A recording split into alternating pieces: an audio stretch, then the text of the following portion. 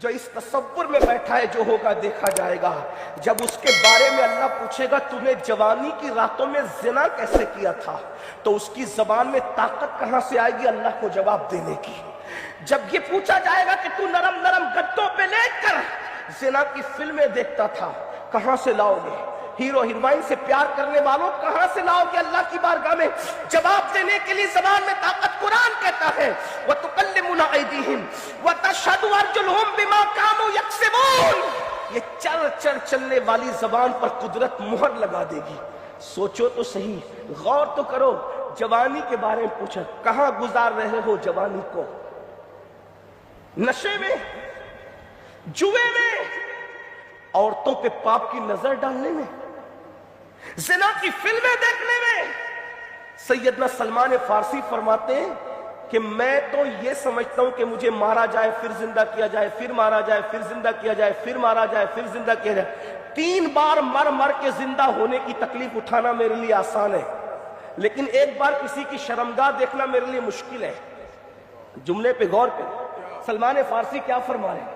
سرکار سلمان فارسی موبائل کی گندگی کو مشکل پاسورڈ سے چھپا کر کے جعلی اور سو کارڈ متقی بننے والوں ذرا تصور تو کرو. سیدنا سلمان فارسی کہتے ہیں 3 بار مر مر کے مجھے زندہ کیا جائے, مار مار کے زندہ کیا جائے, یہ تکلیف اٹھانا میرے لیے آسان ہے, لیکن ایک بار کسی کی شرمگاہ دیکھنا میرے لیے مشکل ہے. کہا کیوں؟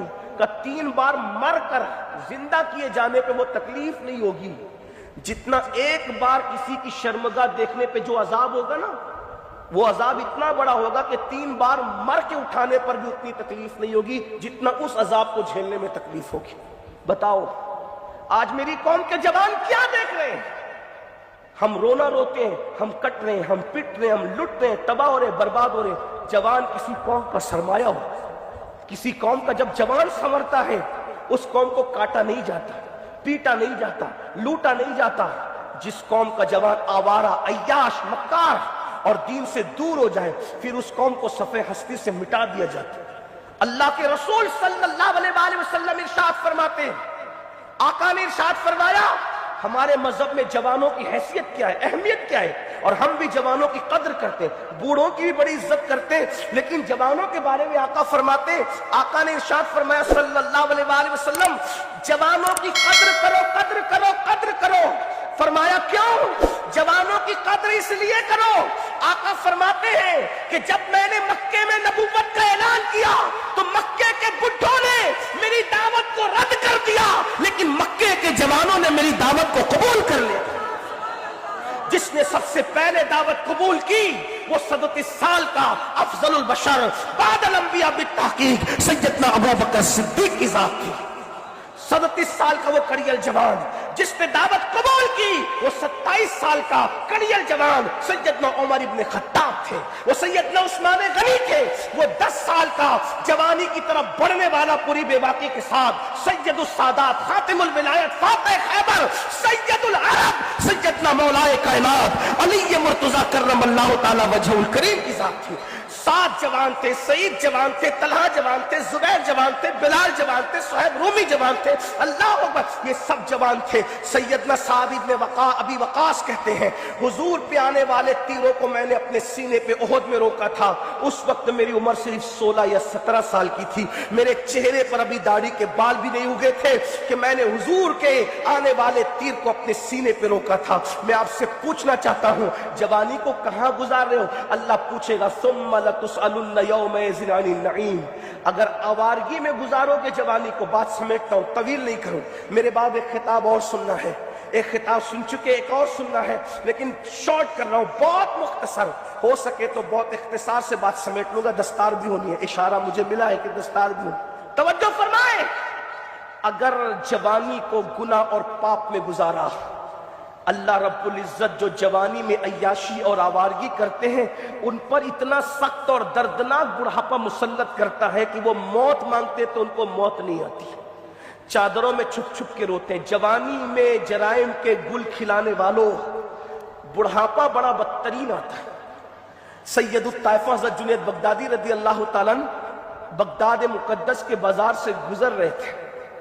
ابھی ایک کلام ایسا پڑھا گیا کہ بغداد نگاہوں میں پھر گیا. یہ دل تڑپ کے کہیں آنکھ میں نہ آ جائے کہ پھر رہا ہے کسی کا مزار آنکھوں۔ اللہ ہم سب کو بغداد معلیٰ کی حاضری ادب کے ساتھ عطا کرے۔ اللہ اکبر، بڑی عظیم تمنا ہے۔ اللہ اکبر۔ بغداد معلیٰ کی سرزمین پر سید الطائفہ جنید بغدادی بازار میں ہے، ایک بڈھا، بڑے میاں بوڑھا لوگوں سے بھیک مانگ رہا ہے، کوئی اس کے کٹورے میں بھیک بھی نہیں ڈالتا۔ تو مریدوں نے کہا بغداد کے لوگ کتنے سخت ہو گئے کہ بڈھے کو بھیک نہیں دے رہے ہیں۔ جنید بغدادی سرکار نے فرمایا واللہ جا کے تحقیق کر لو، اس بڈھے نے جوانی میں بہت پاپ کیے ہوں گے، اس لیے اللہ نے اس کو اتنا بدترین بڑھاپا دیا، کوئی اس کو بھیک دینے کے لیے تیار نہیں۔ غور فرمائیں، جوانی میں پاپ کرو گے تو بڑھاپے میں ذلت ہوگی، رسوائی ہوگی، اور اگر جوانی میں حرام سے بچو گے اور نیک کام کرو گے تو سن لو اللہ کے رسول کی بشارت۔ اللہ کے سچے رسول صلی اللہ علیہ وسلم فرماتے ہیں جو جوان جوانی میں حرام سے بچے اور اللہ کی عبادت کرے، اللہ اس جوان کو 70 صدیقوں کے برابر ثواب عطا فرماتا ہے۔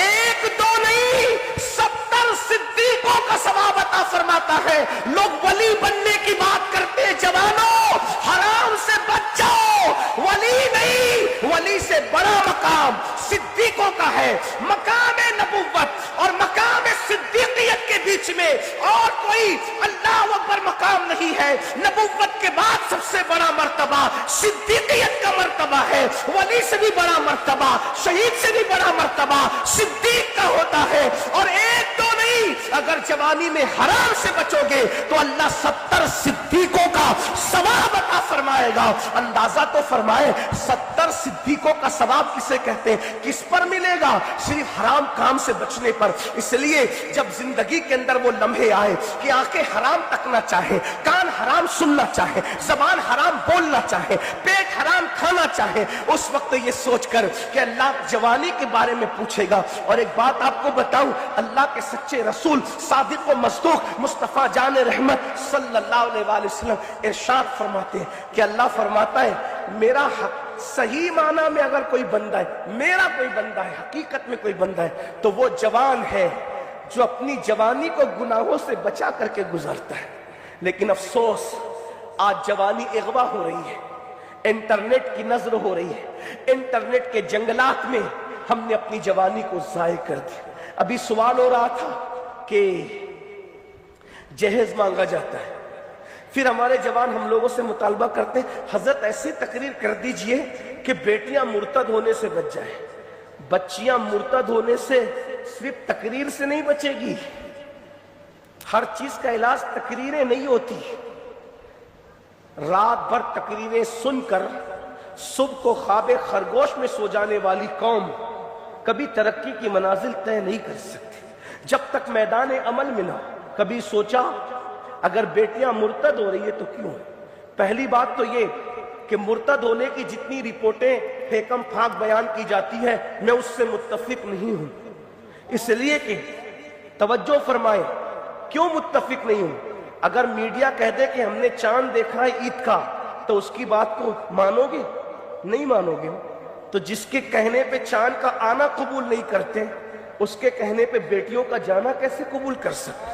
کہیں یہ سازش تو نہیں ہے ہماری بیٹیوں کو بدنام کرنے کی؟ اس لیے کہ ہر کئی ہوئی بات کو بول دینا یہ اچھی بات، ہاں کچھ مرتد ہو رہی ہے لیکن اتنی نہیں ہے جتنی بتایا جا رہا ہے، ہمیں مایوس بھی کیا جا رہا تاکہ کل تانا دے لوگ کہ تمہاری بیٹیاں تو ایسے ہیں۔ میں یہاں پر ایک جملہ لوگوں سے کہتا ہوں، آج کی تاریخ میں بھی کسی کی ماں اتنی پارسا نہیں ہے جتنی مسلمانوں کی بیٹیاں پارسا ہیں۔ آج بھی ہمارے یہاں پارسائیت موجود ہے، پوترتا موجود ہے، تقدس موجود ہے، اس لیے کہ ہمارے یہاں اب بھی کردار سیدہ فاطمہ زندہ ہے، اس لیے ہماری بیٹیوں میں ابھی بھی تک۔ لیکن بچیاں جا رہی کیوں جا رہی؟ میں آپ سے سوال کرتا ہوں، جلسہ کرنے والوں سے لے کے جلسے میں شریک ہونے والوں تک، ممبر والوں سے لے کر کے زمین پہ بیٹھنے والوں تک، ہم نے سوچا بیٹیاں کیوں جا رہی؟ نمبر ایک، سب بیٹیاں نہیں جا رہی، لوگ کہتے ہیں غریبی کی وجہ سے جا رہی ہے، لوگ کہتے ہیں اس کی، میں نے کہا مسئلہ غریبی کا بھی اتنا نہیں ہے، مسئلہ رشتوں کا بھی اتنا نہیں ہے، مسئلہ دوسری چیزوں کا بھی اتنا نہیں ہے۔ یاد رکھنا جا وہی رہی ہے جو پہلے سے دین کے قریب نہیں تھی، ورنہ جو دین کے قریب ہے وہ آج بھی اپنے ایمان کو بچانے کے لیے پیٹ پہ پتھر باندھنے کے لیے تیار ہے. اس لیے میری گزارش ہے، کوشش کرو اپنی بہنوں کو، بیٹیوں کو اور خود کو دین سے قریب کرو. بڑی معذرت کے ساتھ یہ بات کہوں، آج مذہبی طبقہ بھی اپنے بچوں کو دین سے قریب لانے کی کوشش نہیں کر رہا. خو گرے حمد سے تھوڑا سا گلہ بھی سن لے. مسجد کا امام، سب امام ایسے نہیں ہے، لیکن بات صرف کہہ رہا ہوں اپنی آخرت کے سنوارنے کے لیے. وہ خود تو اٹھ کر مسجد جاتا ہے، اپنے 13 سال کے بچے کو وہ جگا کے کیوں نہیں جاتا؟